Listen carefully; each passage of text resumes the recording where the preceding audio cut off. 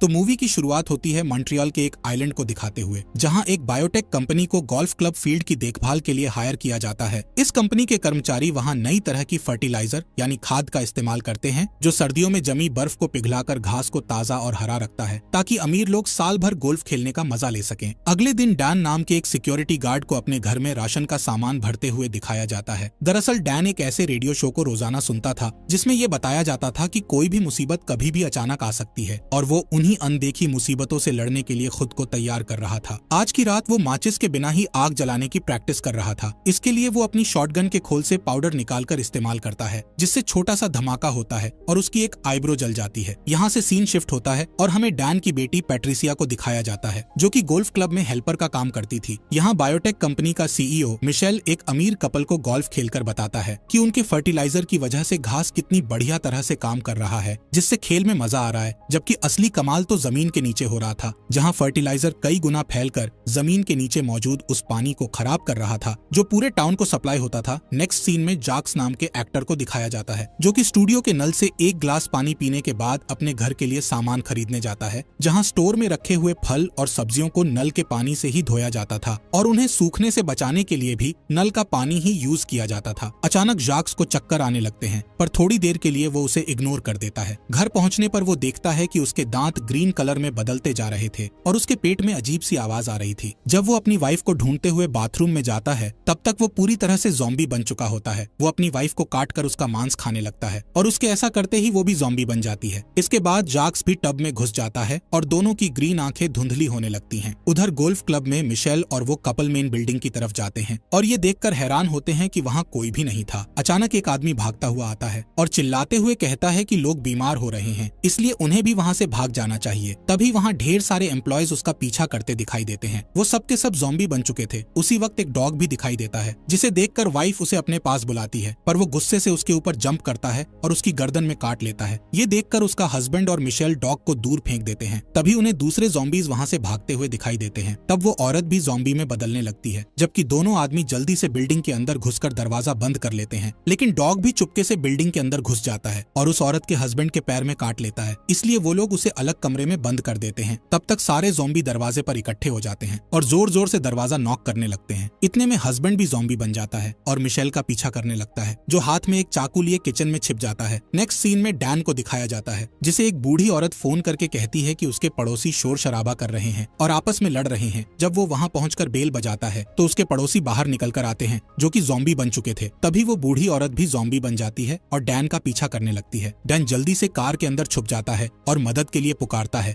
लेकिन कोई वहाँ नहीं आता। सड़कों पर दौड़ते ज़ॉम्बीज को देखकर डैन को अपनी बेटी पैट्रिसिया की फिक्र होने लगती है और वो उसे कॉल लगाता है, लेकिन पैट्रिसिया भी ज़ॉम्बी से बचकर भाग रही होती है, इसलिए वो कॉल नहीं उठा पाती, जिससे डैन को उसकी फिक्र होने लगती है। इसलिए डैन कंपनी की कार को छोड़कर अपनी कार निकाल लेता है और एक हथियार लेकर अपनी बेटी को ढूंढने चला जाता है। नेक्स्ट सीन में हम आंड्रे नाम के लड़के को अपनी छोटी बहन एनी के लिए दूध बनाते हुए देखते हैं, जिसके लिए वो नल के पानी का यूज करने ही वाला होता है। तभी उसकी माँ उसे बोतल वाले पानी का यूज करने के लिए कहती है। आंद्रे खुद कभी नल का पानी नहीं पीता था। उसे जब भी प्यास लगती वो सोडा या किसी और तरह की ड्रिंक पी लिया करता था। जल्दी ही उसकी माँ को चक्कर आने लगते हैं, जिस पर आंद्रे कहता है कि ज्यादा एक्सरसाइज करने के कारण उन्हें चक्कर आ रहे होंगे। थोड़ी ही देर में उसकी माँ ज़ॉम्बी बन जाती है और आंद्रे पर अटैक करने के लिए उसके पीछे भागने लगती है। आंद्रे डर कर बाहर निकल जाता है और भागते भागते लड़खड़ाकर गिर जाता है, पर जैसे ही वो आंद्रे पर अटैक करने वाली होती है, डैन उसे अपनी कार से ठोक देता है, जिससे वो घायल हो जाती है। आंद्रे अपनी माँ की ऐसी हालत देखकर उसे बचाने जाता है, लेकिन डैन उसे रोक देता है और कहता है कि ये वक्त इमोशनल होने का नहीं, बल्कि अपनी जान बचाने का है। वो उसे अपने घर में छुप जाने का कहकर वहाँ से चला जाता है। तभी वहाँ और भी ज़ॉम्बीज आने लगते हैं। ऐसे में आंद्रे अपनी माँ को वहाँ नहीं छोड़ सकता था, इसलिए वो उसे पैर से घसीटते हुए घर के अंदर ले आता है और घर के सारे दरवाजे बंद करने के बाद वो मदद के लिए पुलिस को कॉल लगाता है, जहाँ उसे एक रिकॉर्डेड मैसेज मिलता है कि पूरा आइलैंड क्वारंटीन है। नेक्स्ट सीन में उस ब्रिज को दिखाया जाता है जो उस आइलैंड को मेन सिटी से जोड़ता था। यहाँ कुछ पुलिस वाले खड़े थे जिन्होंने ब्रिज के दरवाजे बंद कर दिए थे, ताकि कोई भी बाहर का आदमी अंदर ना आ सके और अंदर का आदमी बाहर ना जा सके। सीन शिफ्ट होता है और आंद्रे की माँ उसकी छोटी बहन एनी पर अटैक करने जाती है, लेकिन आंद्रे उसे घसीटकर बाथरूम में बंद कर देता है, जहाँ उसकी नजर शावर से टपकते हुए पानी पर पड़ती है और वह टब में घुस जाती है। उधर एनी लगातार रोती रहती है, जिसकी आवाज सुनकर बहुत सारे ज़ॉम्बी दरवाजे के बाहर इकट्ठा हो जाते हैं। आंद्रे उसे तकिया, कंबल और एक प्लास्टिक से कवर कर देता है, जिससे उसकी आवाज बाहर सुनाई ना दे। थोड़ी देर में सारे सारे ज़ॉम्बीज वापस चले जाते हैं। कुछ देर बाद आंद्रे की कैट पेट डॉर से वापस घर के अंदर लौट आती है और वहीं से एक ज़ॉम्बी घर के अंदर घुस जाता है और वो आंद्रे को पकड़ने ही वाला होता है। तभी आंद्रे घर से निकल जाता है और ज़ॉम्बी भी हिलना बंद कर देता है। लेकिन जैसे ही आंद्रे गोल्फ स्टिक लेकर वापस आता है, ज़ॉम्बी छुप जाता है। नेक्स्ट सीन में पैट्रिसिया को दिखाया जाता है जो ज़ॉम्बीज से बचने के लिए एक गराज में छिप जाती है और हेल्प के लिए अपने डैड डैन को कॉल लगाती है। डैन तुरंत वहां पहुंच जाता है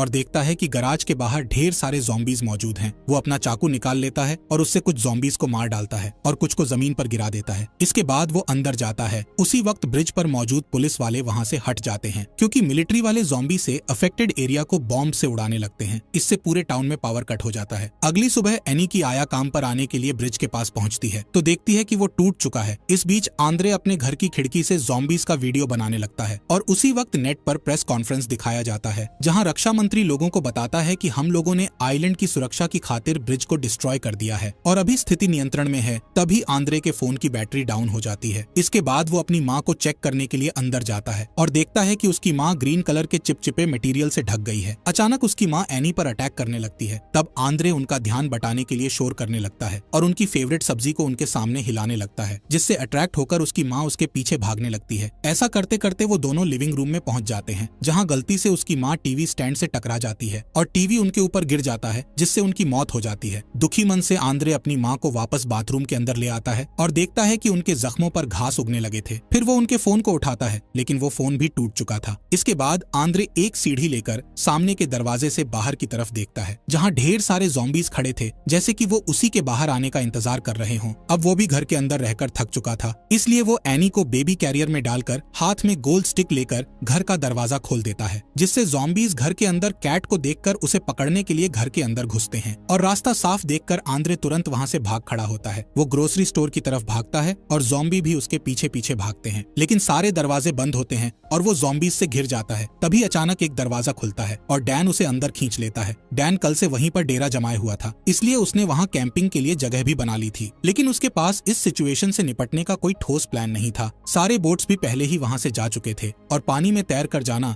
मतलब सीधा मौत को दावत देना था। नेक्स्ट सीन में आंद्रे अपनी बहन एनी को देखने जाता है। तभी एनी की नजर एक दरवाजे के अंदर लॉक हुए ज़ॉम्बी पर पड़ती है जो और कोई नहीं बल्कि पैट्रिसिया थी। डैन को उम्मीद थी कि बाद में कोई ना कोई उसे ठीक कर देगा, इसलिए उसने उसे बंद करके रखा था। उधर गोल्फ क्लब में मिशेल सभी दरवाजों को सैनिटाइज करता है। इसके बाद अपने कंपनी वालों को कॉल लगाता है जो उसे बताते हैं कि एक्सपर्ट लोग हेल्प करने के लिए आ रहे हैं लेकिन उसे भी कंपनी के नियम मानने होंगे। तभी एक ज़ॉम्बी डॉग उस पर भौंकने लगता है जिसे वो लात मारकर भगा देता है। यहाँ इस बात का खुलासा होता है कि उसने अपने एक दोस्त का मर्डर भी किया था। उधर स्टोर में डैन आग जलाने की कोशिश में नाकाम हो जाता है। तब आंद्रे लाइटर यूज करके आग जला देता है। खाना खाते वक्त वो लोग डैन के फेवरेट रेडियो शो को सुन रहे होते हैं जिसमें ज़ॉम्बी अटैक के लिए आतंकवादियों को जिम्मेदार ठहराया जाता है। उस शो का होस्ट रक्षा मंत्री का इंटरव्यू लेता है जो सभी सवालों का गोलमोल जवाब देता है जिससे होस्ट को शक होता है कि कहीं गवर्नमेंट ज़ॉम्बीज से निपटने के लिए लोगों की जान की बलि ना चढ़ा दें। तभी डैन रेडियो स्टेशन में फोन लगाकर उन्हें बताता है कि कुछ लोग बचे हैं जिन्हें हेल्प की जरूरत है, जिस पर होस्ट कहता है कि दुनिया के बाकी लोग नहीं चाहते कि हर जगह इन्फेक्शन फैले, इसलिए वो पहले उससे पूरी जानकारी लेता है कि वो लोग कहाँ हैं और क्या कर रहे हैं। उसकी बकवास से चिढ़कर डैन फोन रख देता है। इसके बाद डैन और आंद्रे मिलकर इन्फेक्शन फैलने का रीजन जानने की कोशिश करते हैं ताकि वैक्सीन बना सके। आखिरकार डैन इस नतीजे पर पहुंचता है कि पानी की वजह से इन्फेक्शन फैला है क्योंकि जितने भी लोग ज़ॉम्बी बने थे उन सब ने नल का पानी पिया था। लेकिन डैन अपने पागलपन के कारण कभी भी नल का पानी नहीं पीता था क्योंकि उसे हमेशा डर लगता था कि कहीं टेररिस्ट लोग पानी में जहर न मिला दें। कुछ देर बाद वो तीनों स्टोर से बाहर निकलते हैं। वो लोग पैट्रिसिया को भी साथ लेकर जाते हैं जिसके सर पर एक पिंजरा लगा होता है ताकि वो किसी को काट ना ले। बाहर उन्हें कुछ ज़ॉम्बीज दिखाई देते हैं जिनकी बॉडी में ग्रीन कलर का कुछ चिपचिपा पदार्थ लगा होता है। अचानक एक छोटी बच्ची डैन के ऊपर अटैक कर देती है जिसे डैन धक्का देकर दूर कर देता है लेकिन उसे मारने की हिम्मत नहीं जुटा पाता है। चलते चलते आखिरकार वो लोग डैन की कार तक पहुंच जाते हैं और इससे पहले कि ज़ॉम्बीज उन पर अटैक करते वो कार में बैठकर वहां से निकल जाते हैं। इस बीच बायोटेक कंपनी 2 ट्विंस यानी जुड़वा बहनों को हथियार के साथ गोल्फ क्लब भेजती है जो अपने रास्ते में आने वाले हर एक ज़ॉम्बी को धड़ाधड़ मार रही थी। उधर क्लब के अंदर मिशेल इस डील से जुड़े सारे कागज और दस्तावेजों को जला रहा होता है ताकि इस बात का कोई सबूत ना रहे कि उनके फर्टिलाइजर के कारण ज़ॉम्बीज का इन्फेक्शन शुरू हुआ था। आखिर में वो फर्टिलाइजर का थोड़ा सा सैंपल बचाकर रख लेता है। तभी दोनों ट्विंस उसके पास पहुंच जाते हैं। मिशेल उनमें से एक का सूटकेस ले लेता है जिसमें कई सारे स्फीयर यानी गोले थे। उन गोलों के अंदर इन्फेक्शन का इलाज मौजूद था जो सिर्फ 24 घंटों के अंदर इन्फेक्शन को खत्म कर सकता था। लेकिन जैसे ही वो एक गोले को उठाता है, दोनों ट्विंस उसे पकड़ लेती हैं और जबरदस्ती उसके मुंह में सैंपल डाल देती हैं। इसके बाद उसे बेहोश करके उसकी बॉडी को घसीट कर ले जाती है और ये गोला मिशेल के हाथ से छूटकर जमीन पर गिर जाता है। नेक्स्ट सीन में हम तीनों सर्वाइवर्स को कार से वाटर प्लांट की तरफ आते हुए देखते हैं। वो लोग एनी को कार में छोड़ देते हैं ताकि उसके रोने की आवाज से दूसरे ज़ॉम्बीज वहां ना आ जाएं। लेकिन पैट्रिसिया को बच्चे के साथ छोड़ना ठीक नहीं था, इसलिए वो उसे अपने साथ ले जाते हैं। वो लोग बिल्डिंग के अंदर एंटर करते हैं जहां पानी की टंकी में एक ज़ॉम्बी घुसा हुआ है जिसकी बॉडी पर घास उगे हुए थे। पैट्रिसिया को पता चल जाता है और वो दौड़ती हुई उसकी तरफ जाती है, इसलिए उन दोनों को भी उसके पीछे दौड़ना पड़ता है। वो पूल पर पहुंचते ही उसमें छलांग लगा देती है। उसे बचाने के लिए डैन भी छलांग लगा देता है। इतने में वो ज़ॉम्बी ऊपर आता है और डैन पर अटैक करने लगता है। डैन पैट्रिसिया को पकड़कर ज़ॉम्बी के सामने करता है जिससे वो पीछे हट जाता है। जब आंद्रे पास आकर देखता है तो उसे रियलाइज होता है कि ज़ॉम्बीज एक दूसरे पर अटैक नहीं करते हैं, पर तभी ज़ॉम्बी उसकी आवाज सुन लेता है और उसका पीछा करने लगता है। तब आंद्रे बाहर की तरफ भागने लगता है, लेकिन वहाँ और भी ज़ॉम्बीज उसका पीछा करने लगते हैं। इधर डैन पैट्रिसिया को पानी से निकालने की कोशिश करता है जिसमें उसका बाजू अलग हो जाता है। उधर आंद्रे भागते भागते किसी तरह कार के अंदर पहुंच जाता है और तभी डैन भी बाहर आता है। वो पैट्रिसिया को एक ढाल की तरह इस्तेमाल करता है ताकि ज़ॉम्बीज उनसे दूर रहें। कार में बैठने के बाद डैन को कुछ आवाज सुनाई देती है। तब पता चलता है कि पैट्रिसिया का फोन अब भी उसी के पास था। वो उसके टूटे हुए बाजू का इस्तेमाल करके फोन को अनलॉक करता है और तभी उसे रियलाइज होता है कि पैट्रिसिया के जख्मों पर घास उगाए थे। सर्दी के मौसम में घास को देखकर उसे हैरानी होती है, पर तभी उसे याद आता है कि गोल्फ क्लब में एक एक्सपेरिमेंट किया गया था और ये शायद उसी का नतीजा है, न कि आतंकवादियों का। उधर गोल्फ क्लब में दोनों ट्विंस सभी गोलों को गोल्फ क्लब के घास पर तोड़ने लगते हैं ताकि कोई प्रूफ बाकी ना रहे। तभी डैन की कार वहां पहुंच जाती है और वो लोग उस अजीब से धुएं को नोटिस कर लेते हैं। आंद्रे फोन निकालकर सब कुछ रिकॉर्ड करने लगता है। इसके बाद वो लोग फ्रंट डोर की तरफ जाते हैं, लेकिन वो लॉक होता है। तब डैन अंदर जाने के लिए दूसरा रास्ता ढूंढता है। वो छत पर चढ़कर अंदर घुस जाता है और दरवाजा खोल देता है ताकि बाकी लोग भी अंदर आ जाएं। उसके बाद पैट्रिसिया को एक स्टोरेज रूम में बंद कर देता है, जबकि आंद्रे चेयर्स की हेल्प से एनी के लिए सोने का इंतजाम करता है। उसके बाद डैन और आंद्रे पूरी बिल्डिंग की छानबीन करते हैं। तभी उन्हें वो डॉग दिख जाता है जो अभी तक जिंदा था और उसकी पूरी बॉडी में घास उग आए थे। ठीक तभी डैन को चक्कर आने लगते हैं। उधर एनी भी जोर जोर से रोने लगती है। तब आंद्रे उसे चुप कराने के लिए दौड़कर उसके पास जाता है और देखता है कि वो अपने बिस्तर से गायब थी। इधर आंद्रे अपनी बहन को ढूंढ रहा होता है। उधर डैन अंधेरे गलियारे की तरफ जाता है जहां जमीन पर कुछ बॉम्ब पड़े हुए थे जिससे बिल्डिंग उड़ सकती थी। अब तक उसकी तबीयत भी बिगड़ने लगी थी, लेकिन वो हिम्मत नहीं हारता और उस रूम तक पहुंच जाता है जहां सारे बॉम्ब टाइमर से कनेक्टेड थे। अब तक डैन काफी कमजोर हो चुका था, इसलिए वो चक्कर खाकर गिर जाता है और उसे उठने में दिक्कत होती है। तब वो पैट्रिसिया के टूटे हुए हाथ से टाइमर को ऑफ कर देता है। तभी उसकी आंखें भी ग्रीन होने लगती हैं। इधर बिल्डिंग के बाहर खड़ी ट्विंस देखती हैं कि काफी वक्त गुजरने के बाद भी बिल्डिंग ब्लास्ट नहीं हुई थी, इसलिए वो चेक करने के लिए अंदर जाती हैं। उन्हें किचन के अंदर एनी दिख जाती है। वो लोग उसे फर्टिलाइजर खिलाकर वहां से चले जाते हैं। उधर आंद्रे अपनी बहन को ढूंढते हुए उस रूम तक पहुंचता है जहां ज़ॉम्बी बना हुआ मिशेल बंद था। ये देखकर वो दूसरी तरफ जाता है और वहां उसे अपनी बहन मिल जाती है, जिसे लेकर वो जाने ही वाला होता है कि दोनों ट्विंस उसका रास्ता रोक लेती हैं। उनमें से एक एनी का मुंह बंद कर देती है और दूसरी आंद्रे को फर्टिलाइजर खिलाने लगती है। लेकिन इससे पहले ही एनी ज़ॉम्बी बन जाती है और ट्विन के हाथ में काट लेती है, जिससे फर्टिलाइजर का सैंपल गिर जाता है। तभी डैन दूसरे ट्विन पर अटैक कर देता है और वो उसे काट लेता है। अब आंद्रे जैसे ही पीछे हटता है, उसका पैर वहां गिरे हुए इलाज वाले गोले पर पड़ जाता है, जिससे गोला टूट जाता है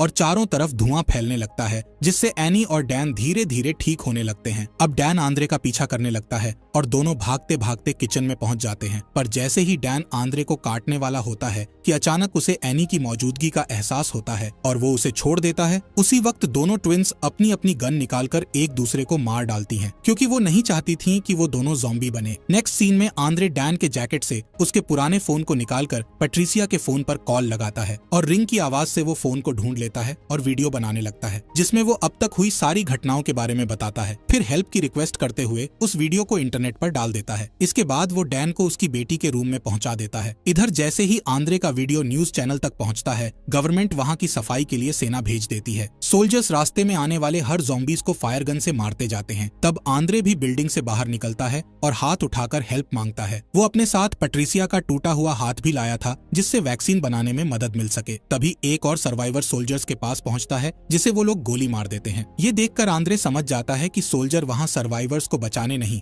बल्कि सबको मारकर एरिया क्लीन करने आए थे। अब तक एनी भी ठीक हो चुकी थी, इसलिए आंद्रे वहां से भागकर छिप जाता है। उधर गोल्फ क्लब के अंदर डैन भी ठीक हो चुका था, पर तभी सोल्जर्स बिल्डिंग के अंदर घुसकर उसे और पैट्रिसिया दोनों को जलाकर मार देते हैं। अगले सीन में रक्षा मंत्री को टीवी पर भाषण देते दिखाया जाता है, जो कि जनता को बताता है कि हालात को काबू में कर लिया गया है और इन्फेक्शन को जड़ से मिटा दिया गया है, इसलिए अब किसी को डरने की जरूरत नहीं है। तभी वो एक मग से पानी पीता है जिस पर बायोटेक कंपनी का लोगो लगा हुआ था, जिससे ये साबित होता था कि वो भी इस मामले में शामिल था। उधर आंद्रे जान बचाने के लिए यहाँ वहाँ भटक रहा होता है और रास्ते में उसे कई सर्वाइवर्स की डेड बॉडीज पड़ी मिलती हैं, जिन्हें सोल्जर्स ने मार डाला था। अचानक उसकी नजर नदी में एक बोट पर पड़ती है जिसे एनी की आया लेकर आई थी। उसमें कई वॉलंटियर्स भी थे जो कि आंद्रे और एनी को बचा लेते हैं। जैसे ही वो लोग आइलैंड से निकलते हैं, तब आंद्रे को रियलाइज होता है कि पैट्रिसिया का बाजू अब किसी काम का नहीं है, इसलिए वो उसे पानी में फेंक देता है, जहाँ एक मछली उसे काट लेती है और तुरंत ज़ॉम्बी बन जाती है। इसी के